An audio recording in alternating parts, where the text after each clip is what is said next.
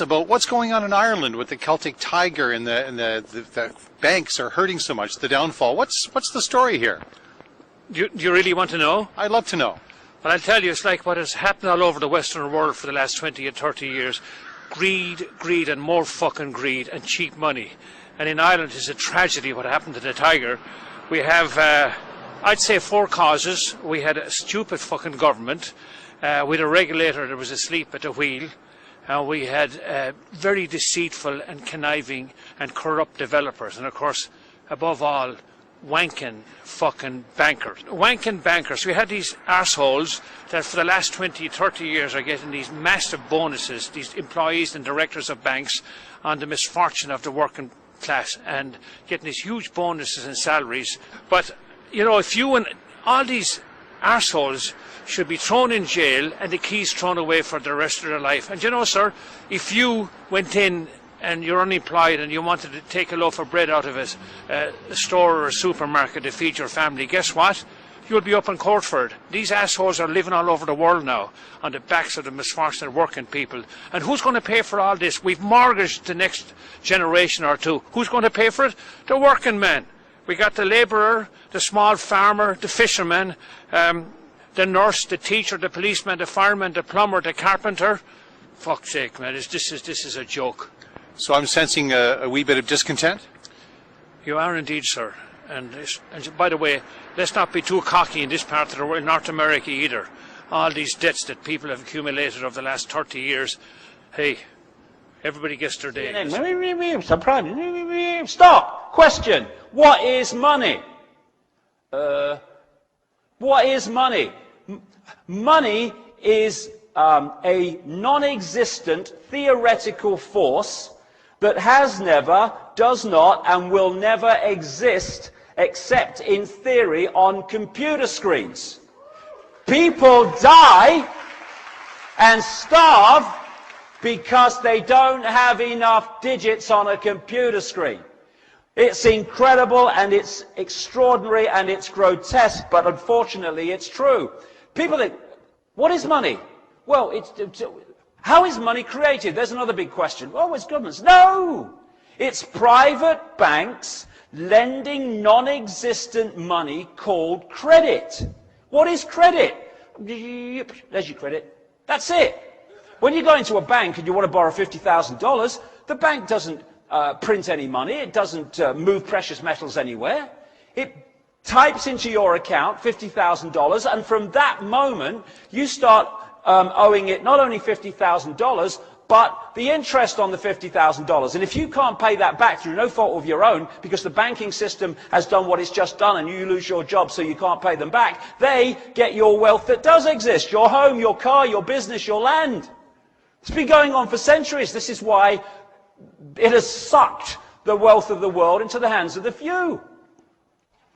What is an economic boom? It's when there's lots of units of exchange, money in circulation, creating lots of economic activity, which causes people to have confidence in the economic situation. In those times, they get more and more in debt because they're so confident. Or we can have a bigger house, a bigger car, 2 vacations, and all the rest of it.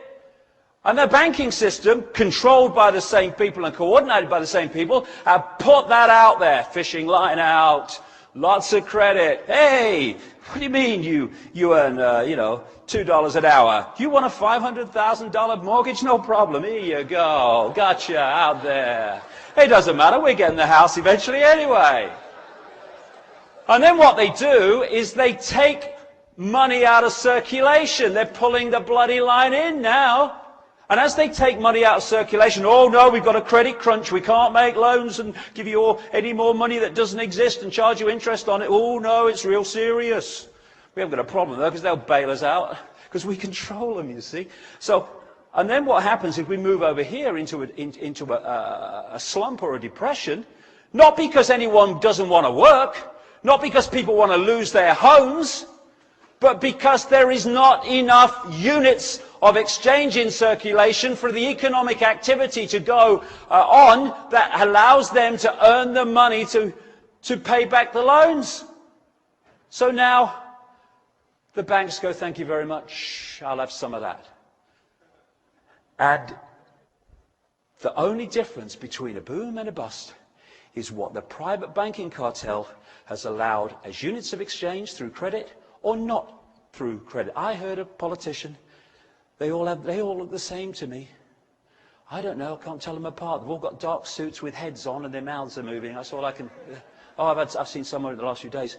Someone yesterday, some politician or other, said that they had to bail out the banks here with more debt for the people who've already been screwed by those they're supposed to get out of trouble. Main Street cannot function without credit. People can't pay their bills without credit. Big question. What the hell system allows that to be the case? No, no. So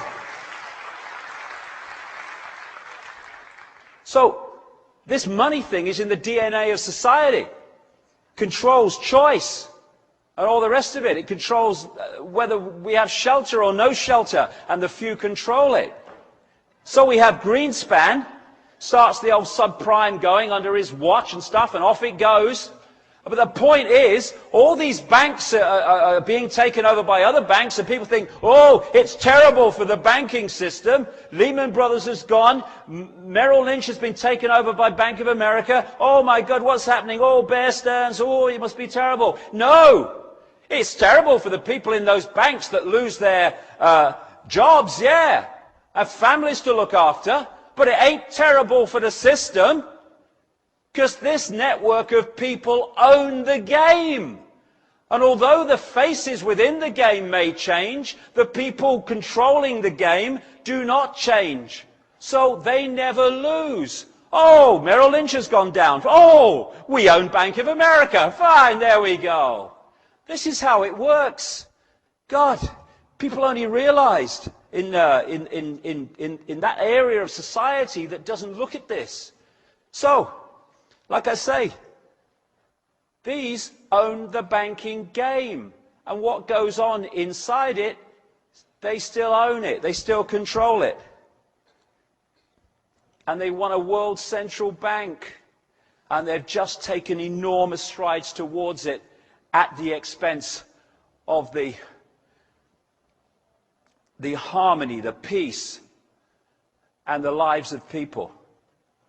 There you go. There's the banking system. There's the world financial system. Las Vegas frickin' casino. That's all it is. It's nothing to do with the benefit of human beings and daily life among the mass of the people. It's just a casino. And this guy, old Paulson, Henry Paulson, he's in old Goldman Sachs, head of Goldman Sachs, when the old subprime thing was going, and Goldman Sachs was massively involved in all that stuff. He then goes through the revolving door between the corporations and government, becomes Treasury Secretary, and then he says, oh, I've got a great idea. Let's give what is $1 trillion and then some to the banks, not least because when I've finished in government, I'm going back through the door into the banking system. And we stand for this. We stand for this. And of course, what is the basis of it? Be afraid. Be afraid. When people are frightened of anything, they give their power away. Oh, isn't it wonderful, however, how many people in this country have said, we don't want this now. We're making strides here. Because the politicians are voting for their shadow people masters. They're voting against the vast number of people in this country that can now see it. It's so bloody blatant. But when people are in fear, they give their power away to that which they think can save them from what they fear. And this embarrassing statement to the nation the other day from Bush, I thought someone had stuck something up his bum, his bloody eyes. You look terrified. I'm kind of paraphrasing, but this is what he said. Be afraid, just be very afraid. Lost homes, savings, all that stuff. Just do as we say and we'll save you all. God bless America, thank you. And that was it. Totalitarian tiptoe. This is another technique of manipulation. You know you're going there, but you know if you go in one leap, the change in society is such that people go, what's going on? What's going on? So you go in as big a leap as you can get, but not too big that you get a big reaction through the change that takes place. And from here, you know where you're going, and you just go in steps. That's how a free trade zone became a centralized fascist dictatorship, which is what the European Union is.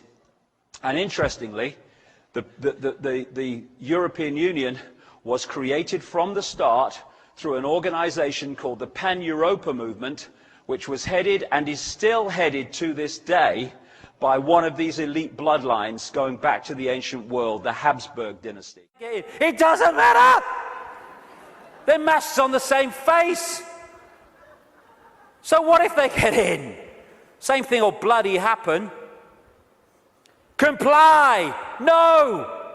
No, no! Not if it's enslaving me and my children and imposing on my freedom. Comply! Leave your home now it's foreclosed. No! No! No! Let's follow this through, shall we? Millions of people in the world are losing their homes, being foreclosed, and ending up homeless. Let's follow this through. Why have you lost your home, my friend? Because I can't pay me mortgage. Why can't you pay your mortgage? Because I lost my job. Why did you lose your job? Because the great banking collapse, they can't get this, they can't get my company went bust. And who's taking your home away and saying you've got to leave? The banks that caused the fricking problem. And we are leaving? What are we doing? What are we doing?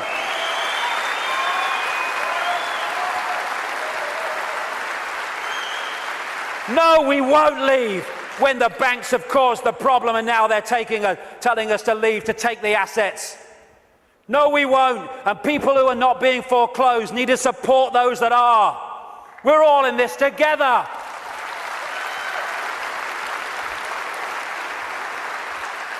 Compulsory vaccinations. No, no, no.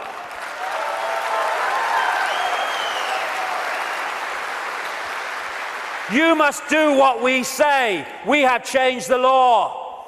Not if you are imposing on my freedom and my rights to be a free citizen with a free voice. No, no, no. What are they going to do? They come out of Downing Street, whether it's Clegg and his mate bloody Cameron or it's bloody Obama or whoever it is in America, and they say, we've had a discussion and this is what we're going to do. What if vast numbers of people say, well, we ain't doing it? They have got no power whatsoever. Their power comes in our acquiescence.